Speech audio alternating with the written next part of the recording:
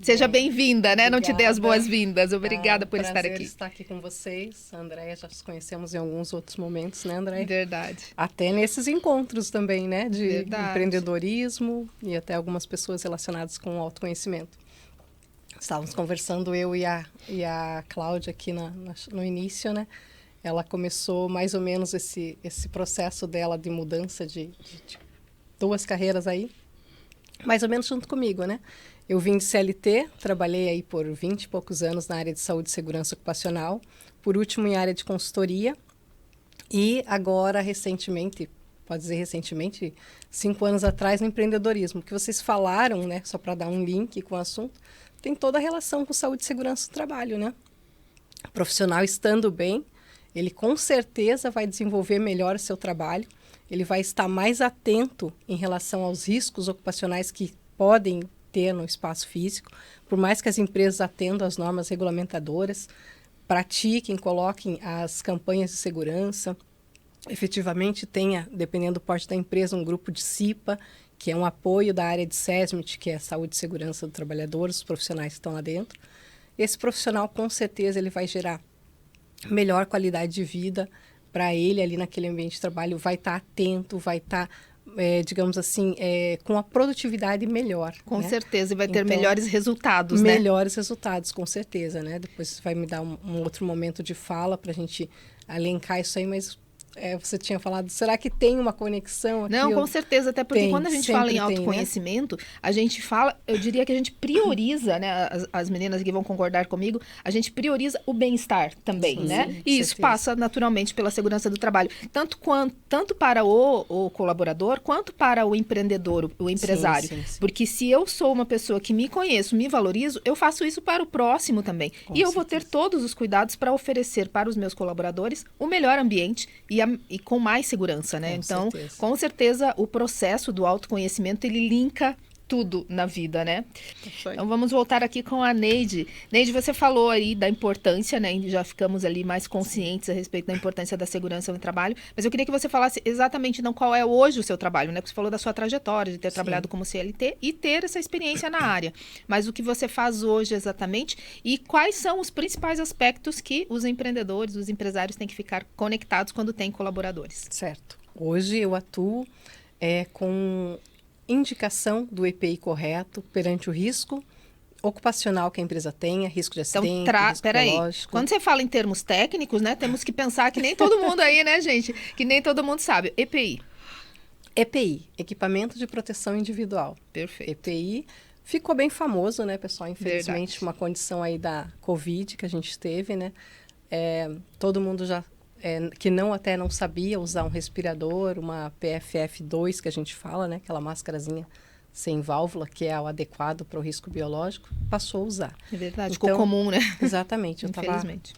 comentando também com uma menina agora essa semana, não adianta a gente adquirir o EPI.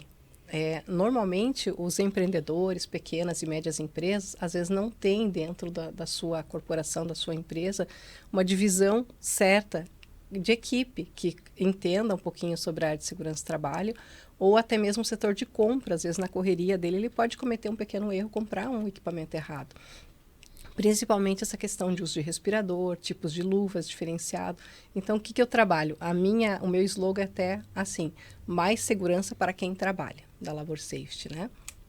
Que é a minha empresa. Porque eu não quero só ofertar o EPI. Não adianta para mim receber um valor pelo aquilo que eu vendi, né? Ter um lucro sobre isso. Por eu ter trabalhado tantos anos na área, eu vejo a necessidade da proteção.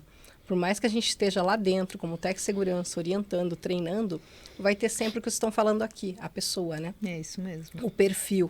Então, assim, o profissional, ele é contratado. Então, é feito lá uma verificação do perfil dele. Conforme o perfil dele, às vezes ele não é adequado a uma atividade, até porque pela questão de risco, pode acontecer isso, né? Pessoas, às vezes, mais audaciosas, mais extrovertida, às vezes se não se identificar... Pessoa mais empolgada. Mais empolgada, não vai conseguir executar determinado trabalho que tem que ter uma certa cautela, às vezes, um certo cuidado. Então, isso daí vai lá no perfil de RH, né? Quem vem da área de RH entende e ajusta isso, né? E olha só, fazendo uma pausa, não te cortando, né? Não querendo cortar, mas a importância mesmo do autoconhecimento até para quem contrata, né? De saber, porque se eu vou buscar hoje, né? Eu, André, se eu for buscar hoje uma oportunidade no mercado de trabalho, nossa, meu posicionamento vai ser muito diferente, porque hoje eu já estou trabalhada no autoconhecimento. Sim. Tem muito ainda para desenvolver e descobrir, claro, mas hoje eu já me coloco, já me posiciono diferente. Verdade. E isso implica ali na contratação também, já né? Começa na contratação. E daí, aproveitando da nossa conexão, a gente não combinou nada aqui, a gente sabe que a gente se conheceu hoje, eu não conhecia as meninas também. Elas falaram em 3 pontos, eu também gostaria de citar 3 pontos, perfeito. Porque a área ela é muito ampla. Então, assim, se eu for falar aqui de 38 normas regulamentadoras, que são as NRs, que são emitidas pelo Ministério do Trabalho, a gente vai horas e horas aqui e não termina o podcast, né? Mas então a gente tem, assim, 3, a tripé, ou tríade, né? Prevenção, proteção e promoção. Dentro da prevenção, a empresa saber o que dessas 38 normas regulamentadoras diz respeito à atividade dela. Algumas normas vão estar específicas para a atividade. Por exemplo, uma área hospitalar. Existe a NR32, né? Por exemplo, uma área que é a mais recente, a NR38, foi a última editada. É norma regulamentadora do Ministério do Trabalho. Ela é específica para quem trabalha na limpeza urbana. Então, cuidados com esses trabalhadores. Então, assim, nem todas as normas elas vão ser características de uma determinada atividade. Então, vai ter normas gerais, por exemplo, EPI. Qualquer empresa que precisa usar uma luva, por exemplo, que é um dos EPIs mais comuns, mais simples, ou um calçado de segurança, ela vai estar vinculada à NR6. Então, só para vocês entenderem um pouquinho, são várias normas, não tem como falar de tudo. Mas falando aqui da prevenção, então a empresa identifica as normas que diz respeito à empresa dela. Normalmente vai ter profissionais para levantar esses riscos. Hoje até tem a questão do e-social, né? Que é um meio digital que as empresas têm de comunicar ao governo, né? Os eventos que nós chamamos, que são riscos ambientais, que são o fluxo dos exames que são feitos. Tudo isso vai ter um fluxo, né? Quem trabalha na área sabe bem. Então, você identificou as normas pertinentes à tua empresa, levantou, identificou os riscos, verificou quais riscos podem ser atenuados ou contidos, seja por um EPC, Equipamento de Proteção Coletiva. Nossa, EPI, muita sigla, hein? Muita sigla. Um EPI, né? Ou maneiras, processos de mudança daquele trabalho, ou uma adequação daquela máquina, ou um isolamento daquela máquina. Aqui nós estamos num ambiente que tem uma proteção acústica. É um exemplo, né? Então, a gente tem essa questão também. Então, você fazendo esse primeiro P da prevenção, você vai para o segundo P da proteção. Opa, aquela máquina lá, ela tem um exemplo simples, uma correia exposta. O funcionário que esteja do lado, enrosca uma manga do uniforme, ou, né, se ele está com uma manga, ou se enrosca uma parte de uma roupa, ele pode cabelo também, né? Cabelo, infelizmente acontece muitos assim. Ele pode ser envolvido ali e ter um acidente grave ou até fatal, dependente do porte dessa máquina. Muito grave. Então, eu identifiquei no quesito prevenção, via legislação, o que a lei prevê? A lei, nossa, ela é muito ampla, né? Identifiquei, fiz esse processo. Daí eu vou, para resumir, que eu sei que o nosso tempo é curto, eu adequo as proteções, seja por EPC, por EPI, por proteção de máquina, por treinamentos obrigatórios, treinamentos legais, que também previstos na legislação. Eu vou para a promoção. Eu não posso simplesmente dar uma integração e passar 2, 3 anos não fazer mais nada de orientação. Eu preciso, então, ter campanhas, gerar uma cultura de segurança. A gente estava falando aqui de comportamento de pessoas, né?